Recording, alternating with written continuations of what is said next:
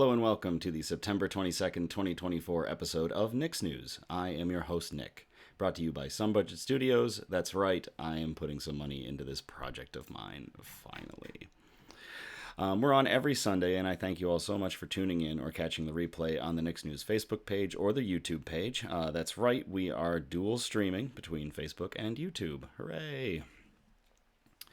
This is a program dedicated to bringing good news to counter all of the bad news that we are bombarded with on a daily basis, with the hope of bringing a little bit of joy back into the world. Several of our articles are pulled from goodnewsnetwork.org, but we appreciate all the articles sent in by you, the viewers.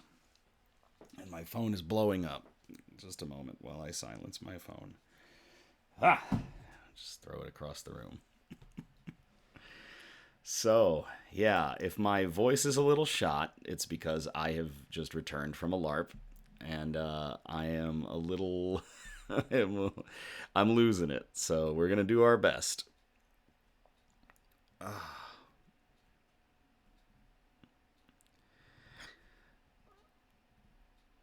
The Facebook and the YouTube chats are going. Hello to everybody. Yep, Lilith, of course, called me out because I'm late starting up, and Julie followed up, but yeah, we are going. All right, so... Oh, Desiree says that their good news was getting to hang with me this weekend. I appreciate that, Desiree. Thank you very much. Oh, boy. All right, let's get into this. I need to obviously wet my whistle, so let's look at our news brew. And our news brew for today is double chocolate chunk oatmeal raisin cookie. This is from Decadent Ales, which is currently, as producer Donna and I found out, going through a little bit of legal trouble. So there's not a website posted for them. It's just the Untapped for this specific beer. So this is an 11.8% ABV Imperial Stout, and it's brewed with pretty much everything you'd expect in a double chunk oatmeal raisin cookie.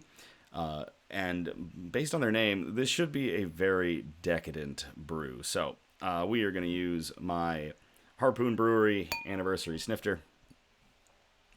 And let's crack this can open. We won't need the Balisong bottle opener.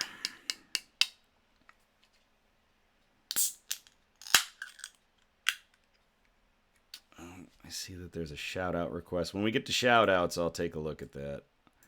I do see it, Julie. I do see it. The chats are a little screwy right now. Just a moment while I fix things up. Still working on getting the chat system to work better for Nick's News.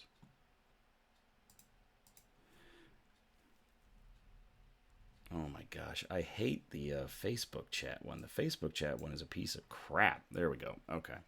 So, the theatrics of a 5-minute pour. Oh my gosh, it's motor oil. I don't know if the camera's picking up that really well. That is very dark brown head against very black beer. And good to the last drop. Come on. I want to get all of that out of there. Wow, it's thick.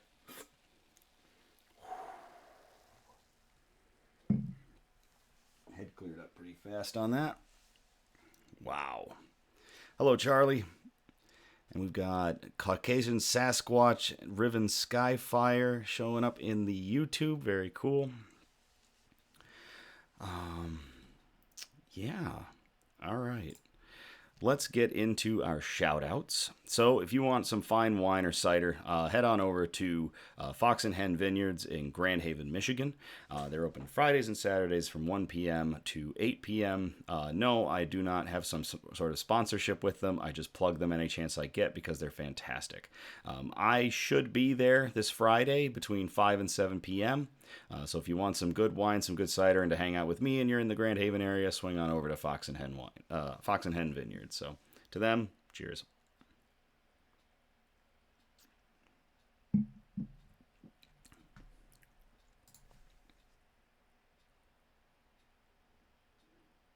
It's an oatmeal raisin cookie with a lot of chocolate slammed into it. holy crap. It took a moment for like the flavor to process, and then all of a sudden it was like, haha, ha. That's good. I'm drinking my dessert tonight. Hi, Eliza. Julie says she might be able to make it to Fox and Hen. That'll be cool. Hey, anybody that makes it out is great. I love supporting them. Let's see. What do we got for our next shout out? So again, I just came from a LARP. What LARP was that? It was Waypoint LARP, located in Muskegon, Michigan.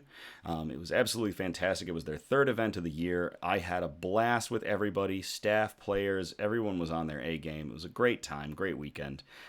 So to Waypoint LARP, cheers.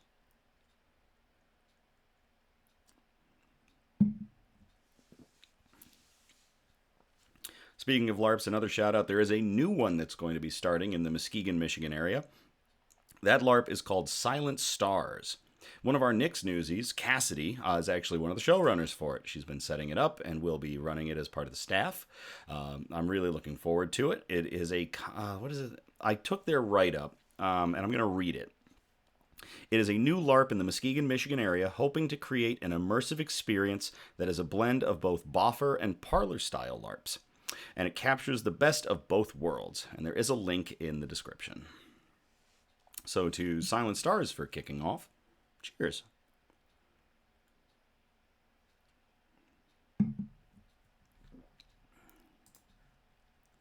Ooh, Julie just made an apple pie, low sugar apple pie tart. That sounds great. Following up from Nick's news last time, from a shout out from the last episode, the votes have been tallied for John Ball Zoo's new snow leopard cub's name, and the winner is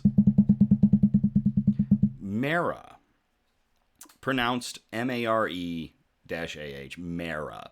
Instead of it's spelled Mera, pronounced Mera. They're named after a mountain peak in the Himalayas, which is a native area where snow leopards are found. So to Mera and to John Ball Zoo and their new snow leopard cub. Cheers.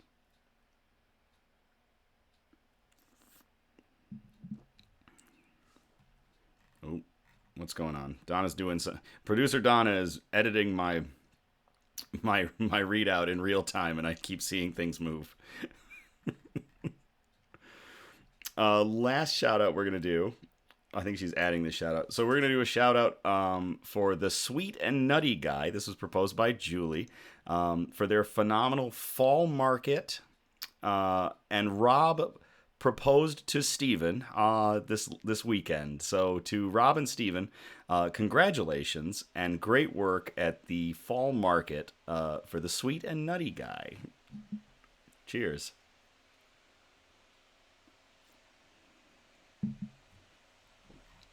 I hope I said all that right. Producer Donna shouts she's helping. And there will be a link in the description for the Sweet and Nutty Guy and their Facebook. News quote. I really like this one. I think it fits with the camaraderie theme and the fact I just came from a LARP and got to hang out with so many friends. In the sweetness of friendship, let there be laughter and sharing of pleasures. For in the dew of little things, the heart finds its morning and is refreshed. That is from Khalil Gibran, who was a Lebanese-American writer, poet, philosopher, even though they didn't claim they were a philosopher, and a visual artist, and they're better known as the author of a piece called The Prophet. And that quote again, in the sweetness of friendship, let there be laughter and sharing of pleasures. For in the dew of little things, the heart finds its morning and is refreshed. Thank you, Khalil Gibran. Cheers, everybody. This is a real good beer. 2/10 off from being high octane. I'm going to fall asleep real well tonight. Bug update. My bugs are doing very well. While I was gone, Elmira collapsed a section of her own tunnel, it looks like, and filled it in, and then started working on building a new tunnel, which I can't see into. So she's building this very continuous and complex network of tunnels and passages. And according to producer Donna, she's digging around like a confused Minecraft player. So she's doing really well, though. I'm really happy that all my bugs are doing well. Came back to a good bug world. So, all right. Let me double check chat again. And otherwise, we are good to start getting into the news. Our good news. Now, our broadcast is broken up into 4 major categories. And those categories are science and technology, health and medicine, flora and fauna, aka plants and animals, and the wholesome notes, those really nice articles we like to end on that make you feel things. So, sorry. We are going to start with our first category, science and technology. And we're going to start with an article I called Sci-Fi to Sci-Real. I will copy and paste this in the chats if y'all want to read along.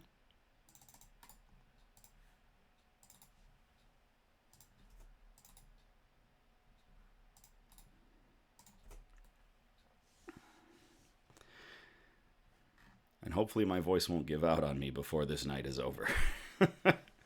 New carbon fiber batteries could form the actual framework of cars and airplanes. Cars and planes could soon be built from the world's strongest batteries, thanks to a groundbreaking innovation from Chalmers University of Technology in Sweden. Researchers detailed the advance of so-called massless energy storage and a structural battery that could cut the weight of a laptop by 50%. Make mobile phones as thin as a credit card, or increase the driving range of an EV by up to 70% on a single charge. This is crazy. So this article comes from goodnewsnetwork.org. It was posted on September 15th of 2024. When cars, planes, ships, or computers are built from a material that functions as both a battery and a load-bearing structure, the weight and energy consumption are radically reduced. We have succeeded in creating a battery made of carbon fiber composite that is as stiff as aluminum and energy dense enough to be used commercially, says Chalmers researcher Rika Caudry, the first author of a paper recently published in Advanced Materials. Just like a human skeleton, the battery has several functions at the same time. When it comes to vehicles, there are high demands on the design to be sufficiently strong to meet safety requirements. There, the research team's structural battery cell has significantly increased its stiffness, or more specifically, the elastic modulus. For those of us in the engineering field, we know a lot about that term and its importance, which is measured in gigapascals, or GPa, from 25 to 70. This means that the material can carry loads just as well as aluminum, but with a lower weight. Elastic modulus is really well used for the ability of a material to support and carry a load. So yeah, being in the 25 to 70 gigapascal range, doing about as well as aluminum, but clearly saving some in the weight department, which is really neat. In terms of multifunctional properties, the new battery is twice as good as its predecessor, and actually the best ever made in the world, said research leader Leif Asp, professor at the Department of Industrial and Materials Science at Chalmers. Charlie is commenting on my LARP voice in the Facebook chat, and Lily says, aluminum in a bum. Aluminum.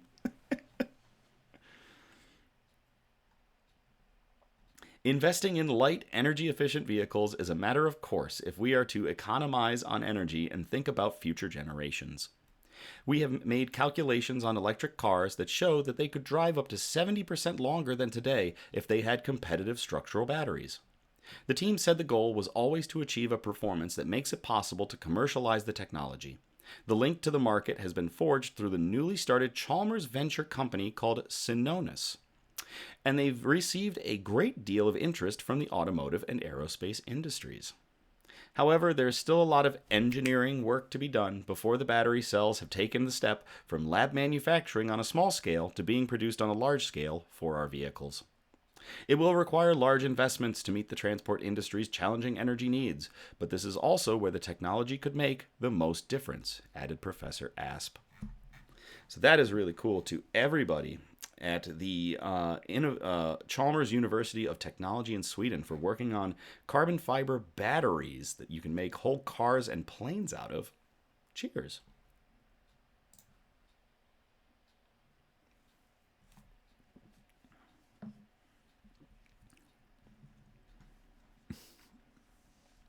Lilith is stuck. If somebody could help her, it would be appreciated. So with that, we're going to move from science and technology. We're going to move to health and medicine. And I called this one Paper Cranes Are So Last Year. I will copy and paste this into the chat if y'all want to read along.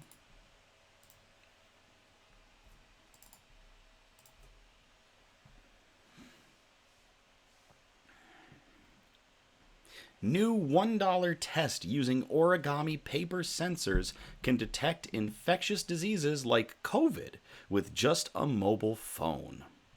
This was posted in goodnewsnetwork.org on September 21st of 2024.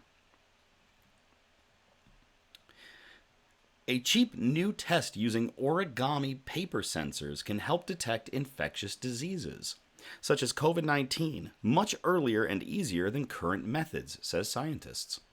The innovative method identifies biomarkers in wastewater, enabling rapid tracking of diseases using the camera in a mobile phone, and costs only $1 for each use.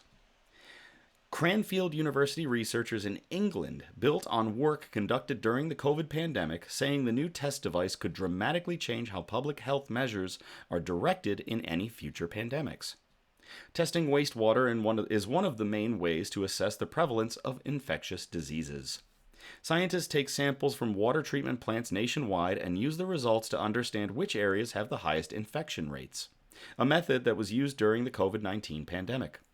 Professor Zhugen Yang led the development of the new Sentinel sensors, working with scientists from the University of Glasgow and Zhejiang University in China. He began the research in 2020 to develop a test to detect the SARS-CoV-2 virus, influenza A, and influenza B in wastewater using a paper-based platform and ultraviolet torch or a phone camera.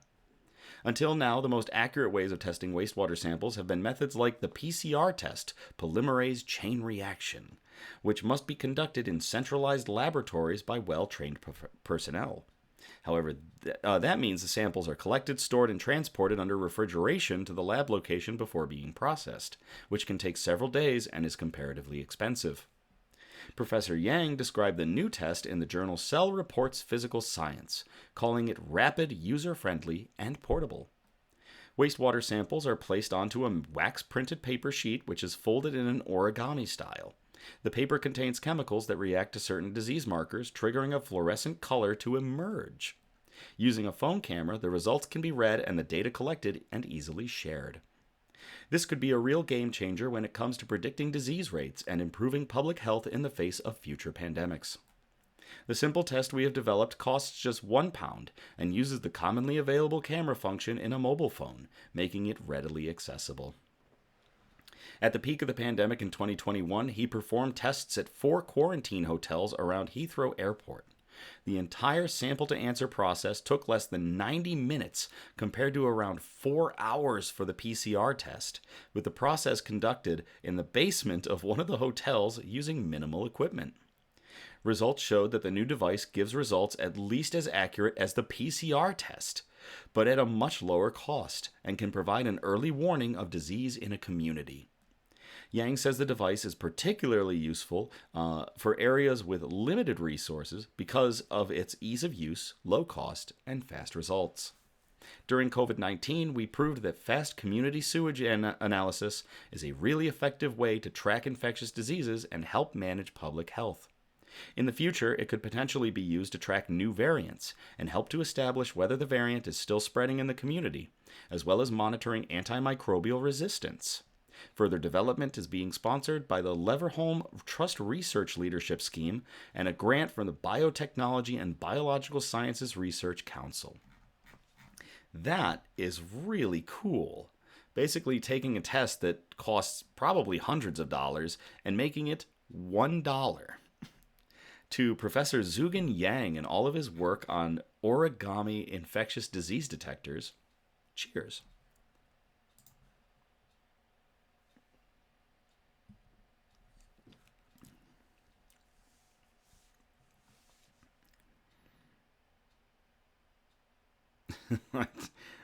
Folks in the Facebook chat trying to unstick Lily. Menominum. Do do do do.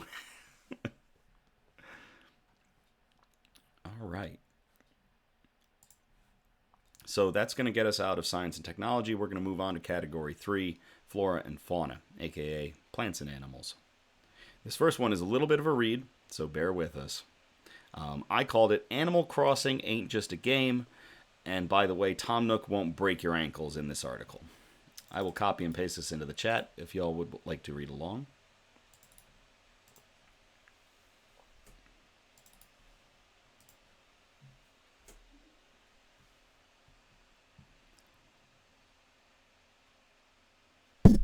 Oops.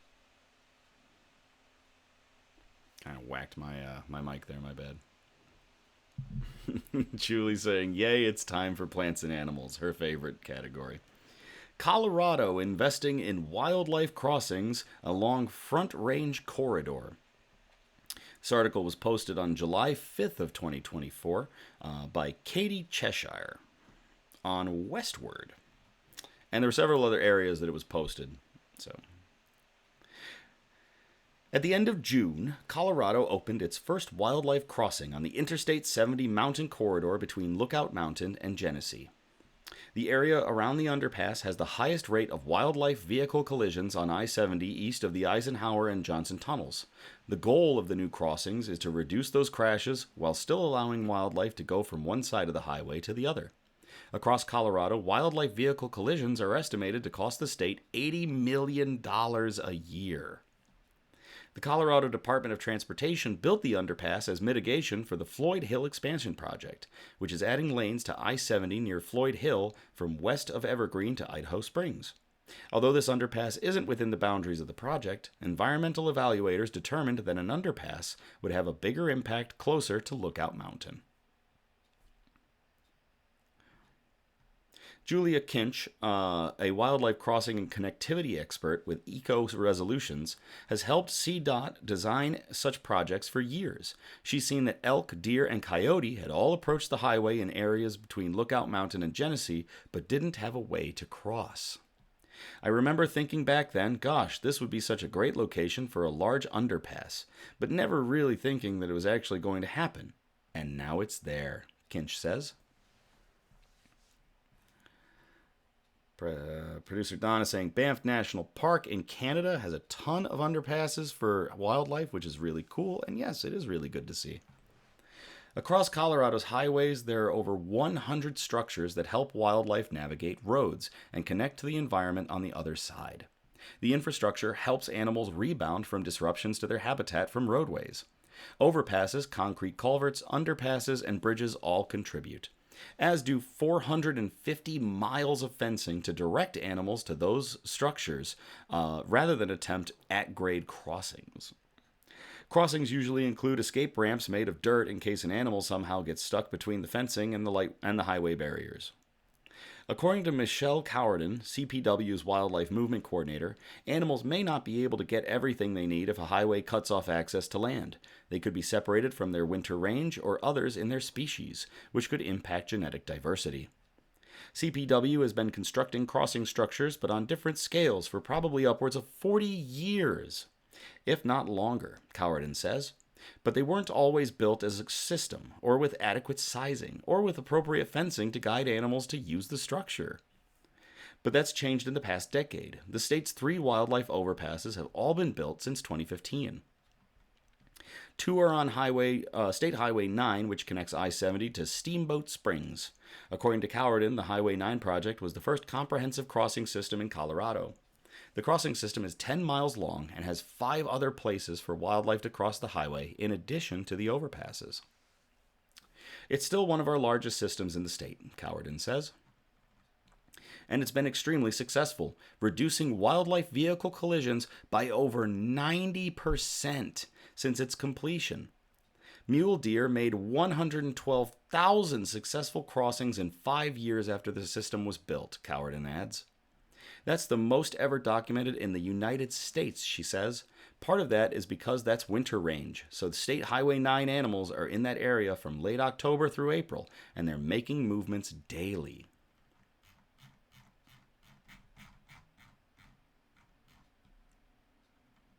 Animals from Summit County, Grant County, and North Park have all used the Highway 9 crossing to reach their winter range.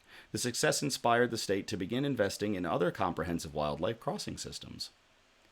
CDOT and CPW hosted the inaugural Colorado Wildlife and Transportation Summit in 2017 before forming the Colorado Wildlife and Transportation Alliance in 2018.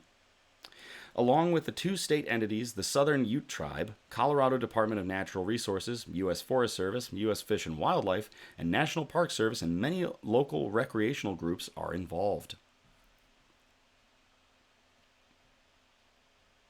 Previous design from producer Donna. Previous designs involved Canadian geese as crossing guards. None of the animals wanted to use them. Not a surprise, nothing wants to pick a fight with a Canadian snake goose, or snake bird, or evil devil bird. The Alliance identifies priority areas for crossing and determines how to maximize limited funding. Kinch helped author studies in 2019 and 2022 focusing on the western slope and the eastern slope and plains. They identified the top 5% of highway stretches that needed to be updated, looking at crashes, gaps in connectivity, and land ownership near highways. The existence of endangered species or species at risk was also considered, Cowerden says. The study's top priority areas account for 400 miles of roadway. In areas where CDOT is already planning construction projects for other reasons, the Alliance still works to identify how wildlife crossings could be implemented and how to accommodate impacted species. That is really cool. To everybody involved in Colorado with setting up brand new underpasses to provide animals with paths beneath highways and basically to safety and across the world for that. Cheers.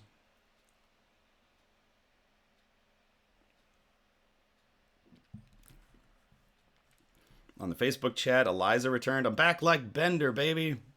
Lily has fought the Canadian snake bird, the cobra chicken, according to Charlie.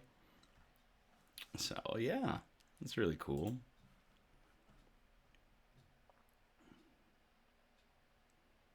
Michigan, Eliza added, Michigan does need to step up with underpasses and animal crossings because we have a ton. We have a ton of animal impacts in our state. And yeah, it'd be great to see an improvement in that. Hey, Ben. Ben has joined the Facebook chat. Post-LARP naps hit hard, bro. Buddy, I tried to nap. I couldn't. I don't know if I was just jazzed because of the event or because I was doing Nick's News or laundry. I don't know. All right, so that we're going to move on to our next article. I called this next one, Not All Heroes Bark Capes. I will copy and paste this into the chat if y'all want to read along.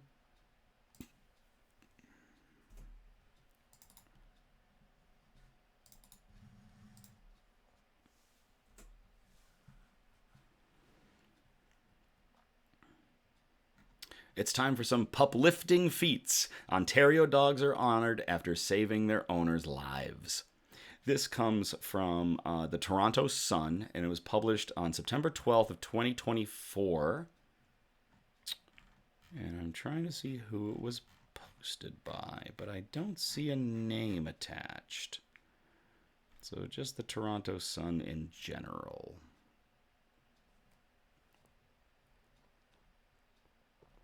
Couple of good puppers. Here we go. Bear and Maggie May are good doggos. That's because their quick thinking helped save their owners' lives. Bear, a Siberian Husky and Golden Retriever mix, and boy, is that a goofy looking dog that I would absolutely love to own. And Maggie May, a Red Fox Labrador Retriever, were honored this week by being inducted into the Purina Animal Hall of Fame's class of 2024. These incredible animals remind us that the bond between humans and their pets goes far beyond companionship.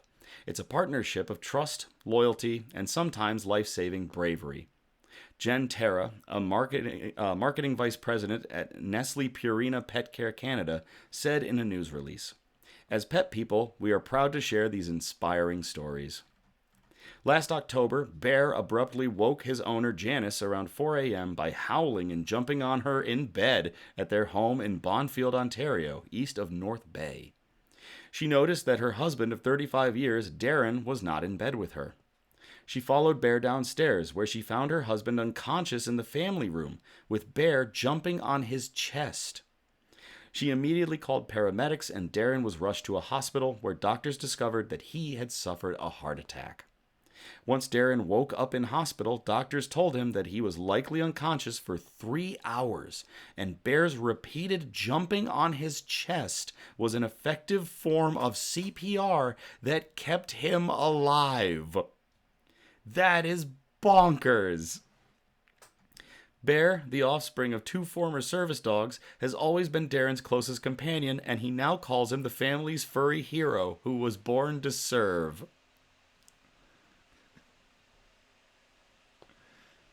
That is crazy.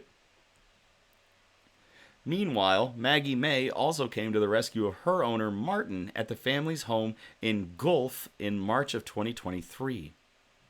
After suffering heart failure months earlier, Martin spent his days recovering at home with Maggie May by his side. To help manage his new condition and lack of mobility, Martin had to take heart medication, and his wife Amy arranged a main floor bedroom for him. Then, on a cold March night, Maggie May alerted Amy, who was in the upstairs part of their house, and guided her downstairs, where she found Martin out of his bed and the back door unlocked and wide open. Amy followed Maggie May outside and found her husband in the middle of a snowdrift in a catatonic state. After calling 911, paramedics informed Amy that Martin's new medication likely caused hallucinations and made him disoriented, which caused him to go outside. Martin was stabilized at a hospital, and doctors said if Maggie May did not quickly alert Amy, Martin may not have survived the elements. Martin and Amy said they are grateful for their 9-year-old furry companion. They are such good puppers to Bear and Maggie May for rescuing their owners in times of need. Cheers.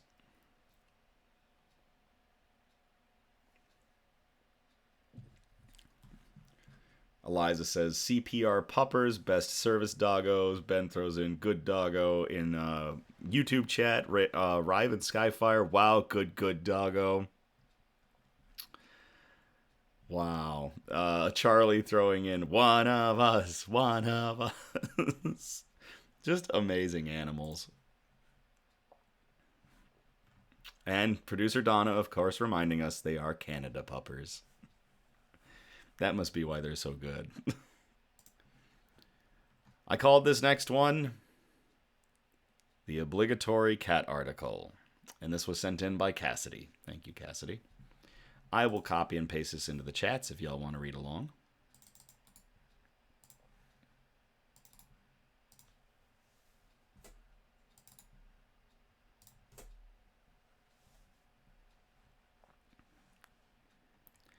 People rush to save a cat, but can't leave his feline buddy who supports him every step of the way. This comes from Love Meow. It was posted on September 13th of 2024 by Amy Bojo.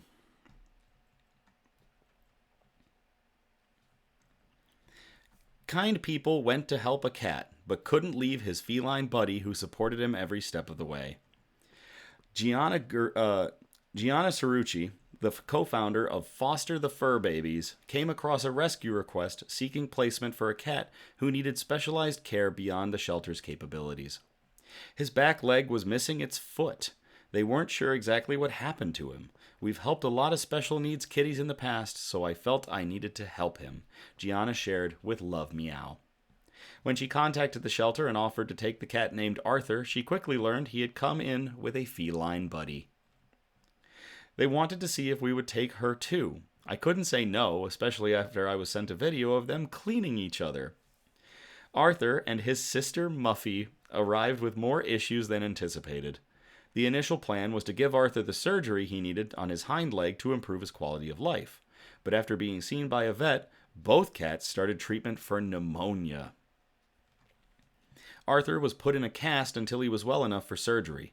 Meanwhile, they discovered an injury in one of his front legs that had started to heal itself. Despite what he'd endured, Arthur never ceased to love life, mustering his strength to fuel his body. His best friend, Muffy, was never more than a step away from his side, snuggling and grooming him like a protective guardian. These two are extremely sweet. Muffy was a little shy at first, but Arthur helped her come out of her shell so much and showed her that humans aren't so scary. He was so trusting of me as soon as I got him. Arthur is brave and adventurous despite having a cast on his leg. He doesn't let it faze him. Sticking close to Arthur, Muffy has helped him through many challenges, offering love and comfort at every turn. Muffy is a huge support system for her brother, and I can't imagine how sad Arthur would be if we didn't pull his sister from the shelter that day. They spend their day cuddling with each other, their legs gently intertwined. I've fostered hundreds of kitties and have never seen two cats so bonded. They love to be pet, and they especially love belly rubs. Arthur gets up and tries to circle around Gianna's legs the moment she enters the room, demanding immediate attention. Muffy follows suit by hopping up on her back legs and rubbing her face against her foster mom. Oh no, poor kitty from Julie, poor babies from Eliza. Thank goodness for kind people. You're going to start me getting Misty and go snuggle Cassie or Kaylee from Julie, her two cats. And Charlie, go love on the kitties for me too.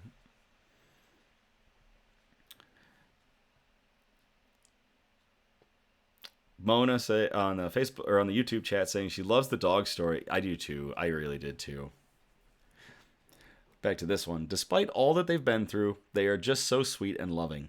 With excellent care, good food, and comfort from each other, Arthur and Muffy are on the mend. They will never have to worry about tomorrow, with kind humans ensuring their future is bright and filled with love. Gianna is constantly awestruck by their unshakable bond. Arthur and Muffy are kindred spirits as if they instinctively know each other's thoughts and needs. After having gone through so much together, they can now focus on healing in a caring foster home. A few weeks ago, Gianna thought she was going to rescue one cat, but ended up with two instead. They're inseparable in helping each other thrive, the most beautiful outcome imaginable. And there are a couple of posts in the article, a couple of articles for the Instagram and Facebook posts for this if you want to check those out. But definitely to Arthur and Muffy and to Gianna Carucci for picking these two up together and keeping them together. Cheers. And to Cassidy for sending in this article, our obligatory cat article. Cheers.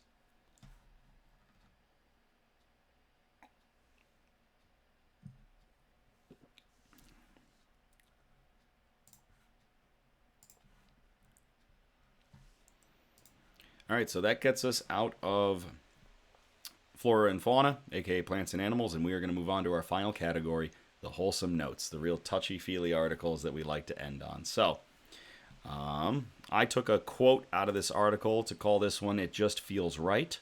It comes from Ed. Ed, thank you so much. Ed sent me a Washington Post article, but the Washington Post requires you to subscribe and sign up for it. I have nothing against signing up or subscribing for media, but I just didn't. So instead, I went and grabbed an NBC News version of this article. So Ed, thank you again for that Washington Post article, but I'm going to use the NBC News one because it's free. And I will copy and paste this in the chats if y'all want to read along.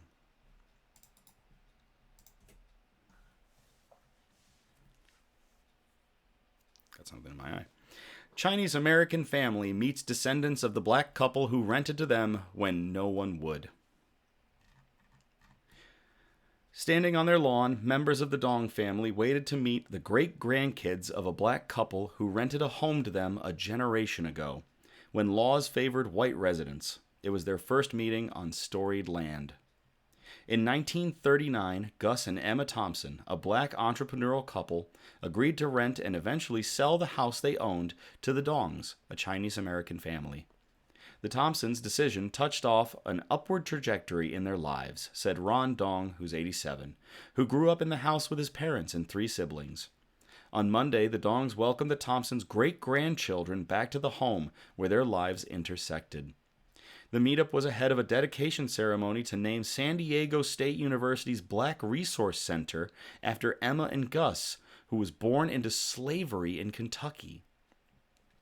Oh my gosh, we are so glad to be meeting, Janice Dong, Ron's wife, told Ballinger Gardner Kemp, 77, and Lauren Kemp Few, 66, the Thompsons' great-grandchildren. The two families embraced in a tangle of open arms. To give credit, again, this version of the article is from NBC News. It was posted on September 17th of 2024 by Linda Lynn Grigsby. In March, the Dongs announced they were donating $5 million to black college students using proceeds from the sale of the house and the 8-unit apartment complex next door.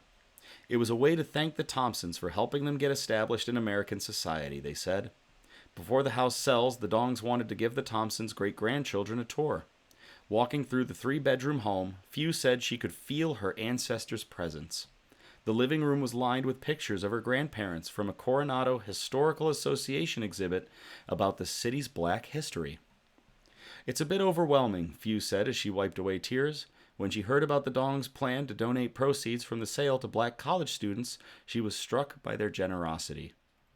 You don't hear about these things, she said. You just don't. The two families, who live out of state and in different California cities, returned to Coronado on Monday in honor of the couple who built the house. Later that day, the Dongs and Thompsons' great-grandchildren cut a ceremonial ribbon for the new center at SDSU. It's the American dream, said Lloyd Dong Jr., 82, Ron's younger brother. The Thompsons gave my parents a foundation to owning a house and sending their kids to college, he said.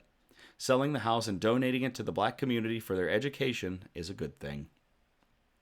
The Dongs' property, which includes the apartment complex next door, was listed for $8.5 million. The sale recently fell out of escrow. The Dongs are working with the Coronado Historic Resources Commission to determine the home's historic designation before they put it back on the market. His childhood home holds sentimental family memories, but no official historical value, Ron Dong said. To create more living space for the family of 6, his father, Lloyd Dong Sr., a gardener from Central California, made many changes to the house, including the front exterior.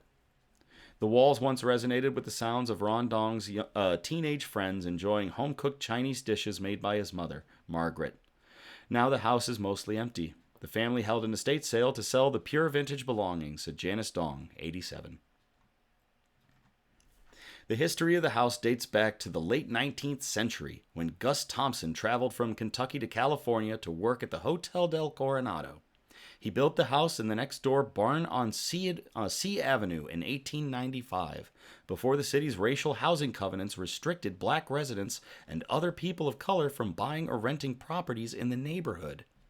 In what Kemp, his great-grandson, called the spirit of defiance and the resolve to help others, Thompson converted the upper level of the barn into a boarding house for the vulnerable.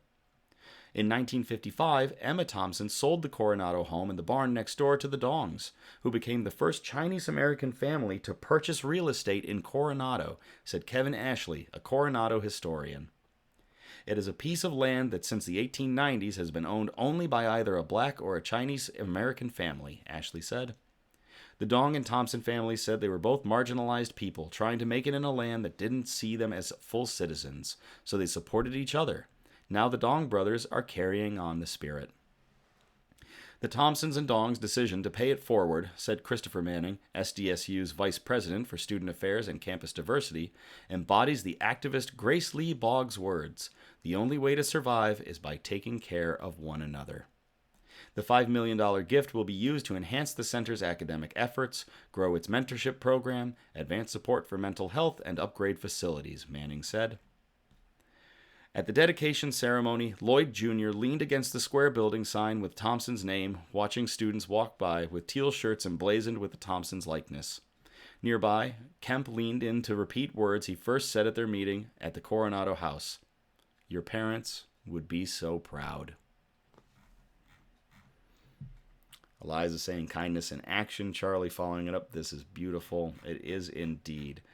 To the Dongs and the Thompsons that took them in, paying it forward, and to Ed for sending in this article. Cheers.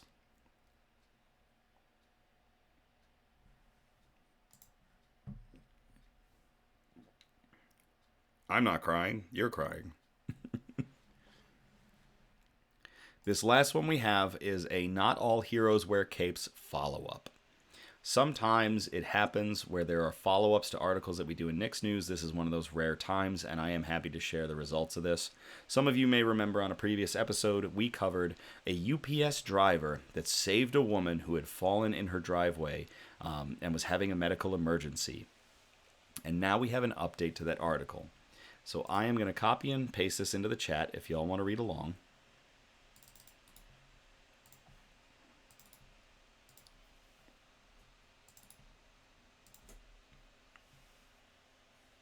And producer Donna letting me know it was the August 25th episode that we covered this initially. UPS driver saves collapsed grandmother, then brings her treats every week to hospital. She's family now. This one was posted on goodnewsnetwork.org on September 19th of 2024 by Andy Corbley. It turns out that angels sometimes wear brown. UPS driver Raheem Cooper was passing through his normal route in the Georgian town of Valdosta when he saw an elderly woman collapsed on her driveway. Calling emergency services, Cooper stayed with the woman, identified later as Marie Cobble. Is it Cobble? It's Cobble. Marie Cobble. All the while calling her grandmother. The woman was checked into the hospital where emergency brain surgery had to be performed on a subdural hematoma. She made it through the harrowing procedure and began the road to recovery in the hospital. Kayla Cochran, Coble's granddaughter, heard of what Cooper had done for her and managed to track him down. I found his number and called him and told him thank you, Cochran told WALB News. That he was truly an angel to our family to have found her, because if he wouldn't have, she would have died that day. 5 days after the surgery, she hadn't talked at all, Cochran said, and when he came into the room, she brightened up and actually pushed herself up and gave him a hug. That's the first time since this whole thing has happened. Following up, Cooper started a GoFundMe to raise money for the family, seeing as how members had to drive in from out of town to stay with Coble while she recovered. He just wants to lend a helping hand, he insists, and kicked the fund drive off with $100 of his own money. Earlier this week, Raheem Cooper received a letter from UPS's chief executive officer for his acts of heroism. At his local branch, a coworker got him tickets to the Florida State University football game, and the supervisor presented him with a plaque in his honor. Lily saying it's okay to cry, Nick, because I am on the verge of tears on this one. We also have the GoFundMe linked in our descriptions for the YouTube and the Facebook postings of this video. So if you want to go check those out and throw a couple bucks to the family members making the trips back and forth to visit mother, grandmother, whatever the case may be, that'd be fantastic. So definitely to Raheem Cooper, not all heroes wear capes, sir. Cheers.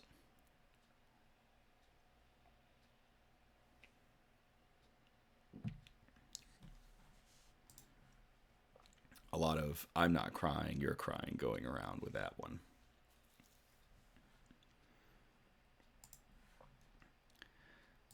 So that's about it for our broadcast. I thank you all so much for tuning in or catching the replay on the Facebook or the YouTube page. Again, we're live every Sunday, and our next episode will be on September 29th, 2024 at 9 p.m. I encourage participation, so if you feel inclined, please by all means send in ideas for news brews, for shout-outs, for good news quotes, and especially articles that we can present on future episodes of Nick's News. You can either message us on Facebook or you can send emails to somebudgetstudios@gmail.com. I check it pretty much on a daily basis. It's fantastic. So by all means, reach out to us, send in ideas. We love them. Feel free to like, subscribe, comment if you want. I'm not going to tell you to do anything. I ask politely because we're trying to figure out how the algorithm works with getting good news in and spreading the joy that these good articles can bring. So I thank you all so much for any and every like, subscribe, comments, any support. Yeah, as always, thank you again. I love you all. Have a great night, and I am going to play us out.